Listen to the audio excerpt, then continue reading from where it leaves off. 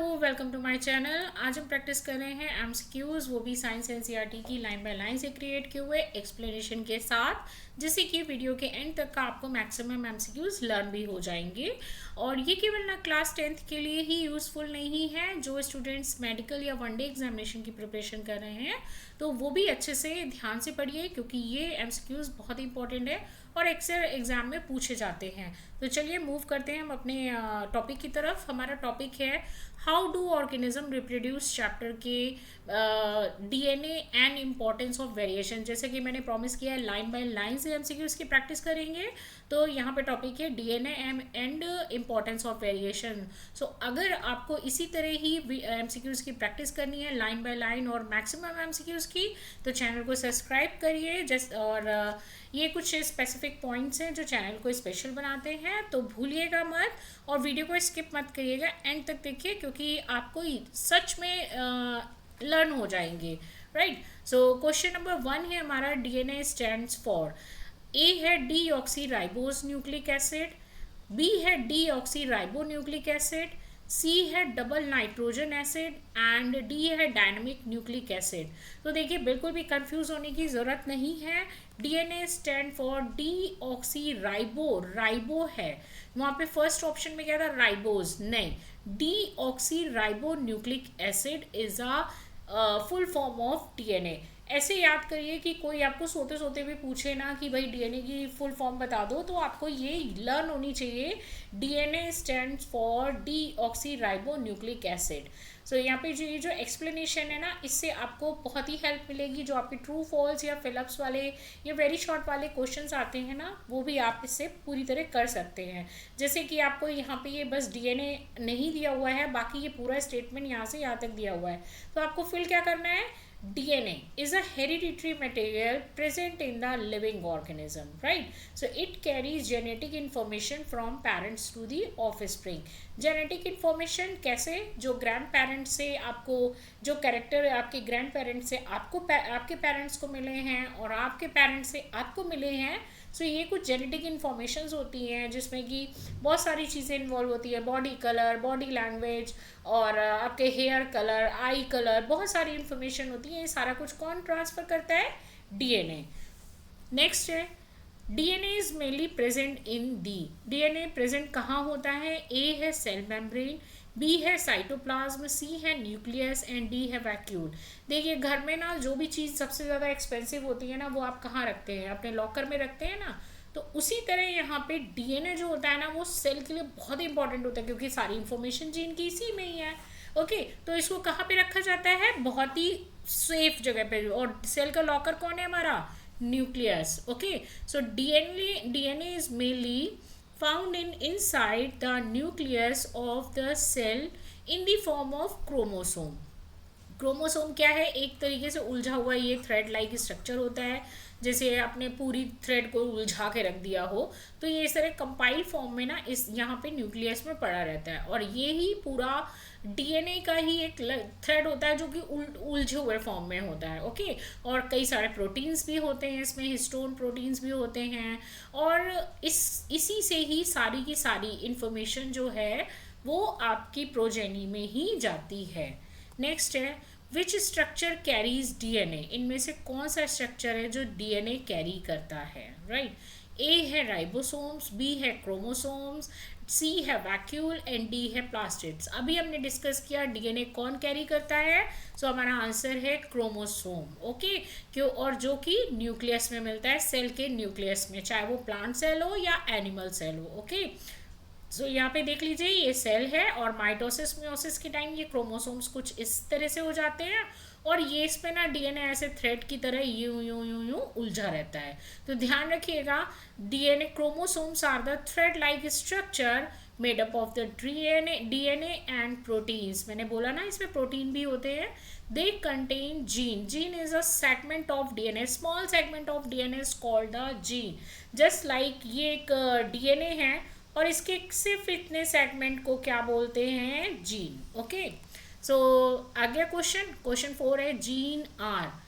ए है unit of respiration, B है units of heredity, C है parts of the blood and D है digestive enzyme. तो देखिए यहाँ पे ऑलरेडी हम डिस्कस कर चुके हैं, genes are the unit of heredity. एक चीज़ और आपके माइंड में मैं क्लियर कर दूं, देखिए अभी तो आपको पता है कि आप ये वाला चैप्टर पढ़ रहे हो, इसके एमसीक्यूज कर रहे हो, तो आपको पता है कि हाँ हमको हर चीज़ डीएनए से हेरिडिटी से करनी है। बट जब आप एग्ज़ाम दे रहे होते हो तो वहाँ पे ना बहुत ज़्यादा सिलेबस होता है, राइट। तो आपको नहीं पता है कि ये यूनिट ऑफ हेरिडिटी है, यूनिट ऑफ रेस्पिरेशन है। आपने जीन जो देखा है, जिसने भी अच्छे से ये एमसीक्यूज करे होंगे ना, सॉल्व किए होंगे, पढ़ा होगा, वो ही सॉल्व कर पाएगा। तो ये क्या है, सर्वाइवल। जिसने भी अच्छे से किया है वो ही अडॉप्ट करेगा, वही सर्वाइव करेगा। Okay, so unit of heredity अभी तो आप यहाँ पे कर ले रहे हैं, बट आपको ये जब बहुत सारे कंपाइल एकदम से पूरे सिलेबस में ये सब करना होगा ना, तो उसके लिए ये चीज़ें याद रखनी बहुत ज़रूरी हैं। So genes are the small segment of DNA that control inherited characteristics, right. So next है वेरिएशन मीन्स। वेरिएशन देखिए हिंदी में इसका होता है परिवर्तन, ठीक है। परिवर्तन जो हिंदी मीडियम से हैं या फिर इंग्लिश में भी अगर टर्म नहीं क्लियर हो रहा है, that is called the variation या फिर changes. A similarity among the organisms, B है डाइजेशन ऑफ फूड, सी है differences among the organisms, D है मूवमेंट ऑफ द ऑर्गेनिजम्स। तो वेरिएशन क्या होता है, देखिए एक ही स्पीशीज के बीच में सारी सिमिलरिटीज या डिफरेंसेस। तो आंसर है हमारा differences. Differences among organisms means variation refers to the differences in traits. Trait से कंफ्यूज मत होइएगा, ये है यहाँ पे इसको बोलते हैं क्वालिटी, कैरेक्टर, प्रॉपर्टी। तो ट्रेड क्या होता है, कैरेक्टर की बात कर रहे हैं। among individuals of the same species, sometimes different species, okay। so एक ही species में अलग अलग तरीके का वेरिएशन। आपने लिजर्ड देखी होगी अपने घर में, तो लिजर्ड क्या है कि अलग अलग कलर की होती है, तो ये क्या है, वेरिएशन है। एक ही तरीके की स्पीशीज़ है लिजर्ड, बट उसमें अलग अलग तरीके के स्किन कलर हैं, अलग अलग तरीके की बॉडी है, कोई पतली होती है, कोई मोटी होती है, ठीक है। लिजर्ड तो बहुत गंदी होती है। और ये नेक्स्ट है हमारा, which of the following causes variation. A है रिप्रोडक्शन, बी है डीएनए कॉपिंग एरर, सी है एनवायरमेंटल चेंजेस, डी है बोथ बी एंड सी। तो यहाँ पे देखिए ऑप्शन मैंने दे दिए हैं। तो ये वेरिएशन कॉज कौन करता है, सो आंसर है हमारा B and C. Small mistake during the DNA copying and environmental factor can create variation। मतलब जो एक एनवायरमेंटल फैक्टर भी इसमें काम करता है, और अगर डीएनए की कॉपी होने में भी कुछ चेंजेस आ गए, बाय द वे ये सेगमेंट है, मान लीजिए इस सेगमेंट में कुछ भी चेंज आ गया अपने पेरेंट कॉपी से, तो इसको भी वेरिएशन कहते हैं। तो ये रहा जेनेटिक लेवल पे और ये रहा एनवायरमेंटल लेवल पे। नेक्स्ट है Why are the variation important? A है they decrease survival changes, B है they help organism adapt and survive, C है they stop evolution, D है they destroy species। So variation क्या है यहाँ पे, आंसर है हमारा they help organism adapt and survive। Variation help organisms survive changing environmental condition and are important for evolution। देखिए यहाँ पे ऑर्गेनिजम्स को कैसे, हम पहले हमारे एंसेस्टर ऐसे थे, फोर लिम्ब और हाइंड लिम्ब दोनों की हेल्प से वॉक करते थे, चलते थे। फिर धीरे धीरे क्या हुआ, जैसे कि उनको ट्री पे फ्रूट्स जो है या कुछ भी ऊंचाई पे चढ़ना है तो वो सीधे खड़े होना शुरू हुए। फिर उन्होंने ऑब्जर्व किया, अरे हम तो दो पैरों पे भी चल सकते हैं। फिर क्या धीरे धीरे वो स्टैंडिंग पोजीशन में चढ़ना, दो अपने पैरों पे चलना शुरू हुए। फिर हंटिंग स्टार्ट करी, फिर घर बनाना स्टार्ट किया। तो धीरे धीरे क्या है, एनवायरनमेंट और जो चेंजेस हो रहे थे उनकी लाइफ में, उनके अकॉर्डिंगली उनको भी चेंज होना पड़ा। तो ये किस में हेल्प कर रहा है भाई, कि सर्वाइवल में। अगर आपको उस एनवायरनमेंट में सर्वाइव करना है तो आपको उस कंडीशन में हर तरीके से अपने आप को चेंज करना पड़ेगा। तो ये क्या है, वेरिएशन।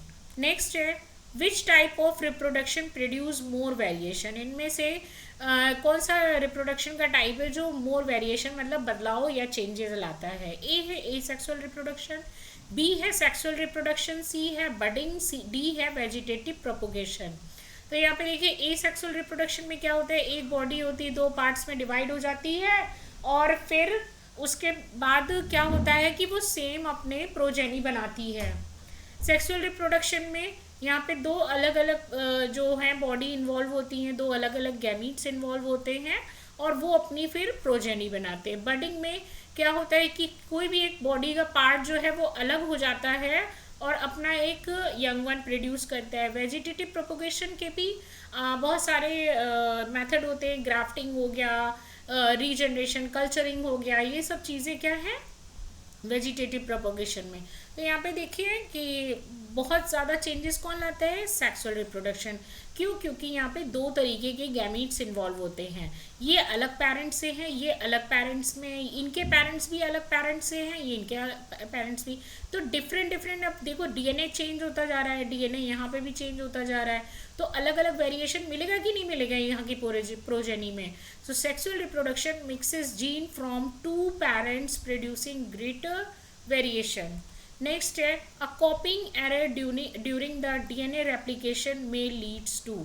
यहाँ पे जो कॉपिंग एरर है मतलब डीएनए की कॉपी करने में, सेम डीएनए की कॉपी बनाने में जो एरर हो जाती है तो उसको क्या कहते हैं, मतलब ये कौन लीड करता है, किसको बनाता है। ए नो चेंजेस क्रिएट करता है, बी वेरिएशन लाता है, C death of the cell, cell dead हो जाती है, या डी डाइजेशन करता है। तो देखिए कॉपी अगर चेंज हो रही है तो क्या लाएगा, वेरिएशन। ओके, मतलब आपने देखा होगा वाइट कलर का जो फ्लावर है अगर वो रेड कलर के फ्लावर से रिएक्ट कर रहा है, क्रॉस सेक्सुअल रिप्रोडक्शन या कोई भी तरीके का रिप्रोडक्शन हो रहा है, नहीं सेक्सुअल रिप्रोडक्शन ही होगा।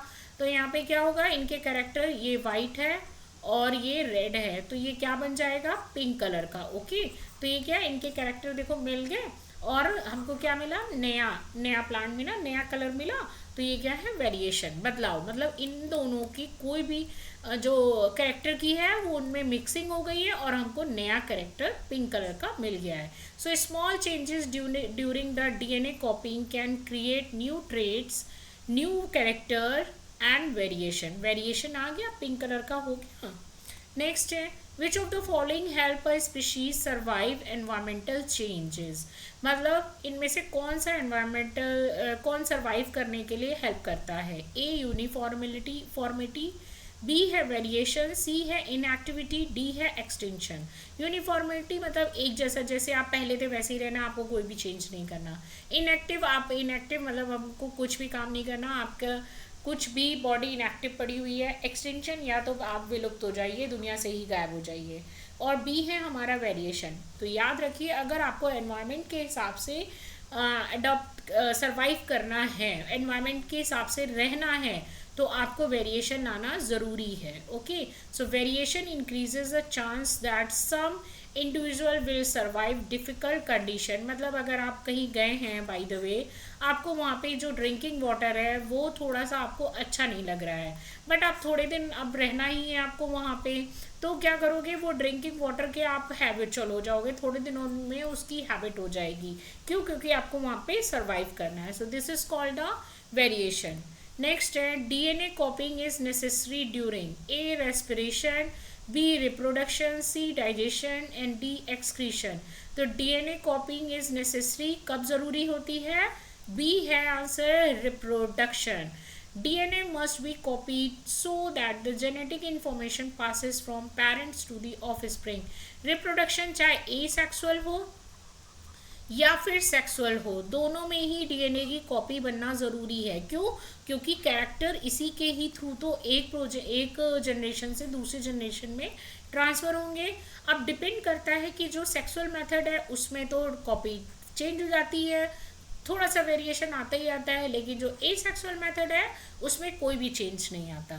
सो नेक्स्ट है the basic unit of heredity is, जो हेरिडिटी की बेसिक यूनिट क्या है, ए है टिश्यूज, बी है ऑर्गन, सी है जीन एंड डी है सेल मेम्ब्रेन। देखिए जब तक डीएनए नहीं दिया होगा तब तक आप क्या ऑप्ट करेंगे, जीन, क्योंकि जीन क्या है, स्मॉल सेगमेंट ऑफ डीएनए। ठीक है, पूरे को तो डीएनए कह रहे हैं लेकिन बेसिक यूनिट उन्होंने बोला है ना, यूनिट मतलब एक, जैसे आपकी बिल्डिंग जो है वो एक ब्रिक मतलब कई सारी ब्रिक से बनी हुई है, तो इसमें एक ब्रिक को क्या बोलेंगे, यूनिट। ऐसे ही ये पूरा जो है वो डीएनए का बना हुआ है और इसके एक सेगमेंट को क्या बोला जा रहा है, जीन। तो यहाँ पे gene control inherited characteristics and are located in the chromosomes. Next है which process increases variation naturally. A है क्लोनिंग, बी है सेक्सुअल रिप्रोडक्शन, सी है बाइनरी फ्यूजन एंड डी है फ्रेगमेंटेशन। तो याद रखिए इंक्रीज वेरिएशन कौन करेगा, जब भी ये इंक्रीजिंग वेरिएशन आए ना, सो आपको आंसर ओनली सेक्सुअल रिप्रोडक्शन ही लगाना है। बाकी के जो फ्रेगमेंटेशन और बडिंग और क्लोनिंग ये सब दिया है ना, इस पर बिल्कुल सेम कॉपी होती है। ओके, जो डिफरेंट कॉपी होती है डीएनए की वो आती है सेक्सुअल रिप्रोडक्शन में। So fusion of the male and female gamete mixes genetic material and increases variation. Next है variation are useful because they A है prevent adaptation, B है help organism survive diseases and climate changes, C है make all organism identical and D है stop reproduction. तो यहाँ पे देखिए variation किस क्यों की ज़रूरी है, हम ऑलरेडी ये डिस्कस कर चुके हैं। जो ऑर्गेनिज्म है उसके सर्वाइवल के लिए, डिसीजेस से बचने के लिए और क्लाइमेट में जो चेंज है ना उसको अडॉप्ट करने के लिए। यहाँ पे देखिए हमारे लैमार्किज्म और डार्विनिज्म दोनों तरीके के एग्जाम्पल दिए हुए हैं, दोनों तरीके की थ्योरी है। उसमें यही दिखाया गया है कि यहाँ पे जो भी जिराफ थे वो जो लंबी नेक के थे, तो उन्होंने क्या बोला कि जो लंबी नेक के थे वो लीव्स खा सकते थे ऊंची वाली, तो वो सरवाइव कर गए, और जो छोटे थे वो लीव्स नहीं खा पाए और वो मर गए। तो सरवाइव कौन किया, जो जिसकी गर्दन लंबी थी, और ऐसे धीरे कर करके उनकी नेक जो है वो और भी लंबी होती चली गई। क्यों, क्योंकि उनको एनवायरनमेंट के हिसाब से सरवाइव करना था। So different traits allow some organisms to survive adverse condition better than the others. अगर आपको इसी तरह एमसीक्यूज की प्रैक्टिस करनी है तो चैनल को सब्सक्राइब करिए और थोड़ा सा लाइक भी करिए और शेयर करना मत भूलिएगा, क्योंकि अगर आप कंपटीशन हेल्दी बनाना चाहते हैं तो आपको ये शेयर भी करना चाहिए। क्योंकि जब आप किसी दूसरे को कोई टास्क देते हैं और फिर वो आपसे अगर एमसीक्यूज ये सारे पूछता है तो आपकी लर्निंग और भी स्ट्रांग होगी। तो चैनल को सब्सक्राइब करना मत भूलिएगा, लाइक शेयर कमेंट भी कर दीजिएगा प्लीज़। और मिलते हैं नेक्स्ट वीडियो में। Thank you so much for watching this video.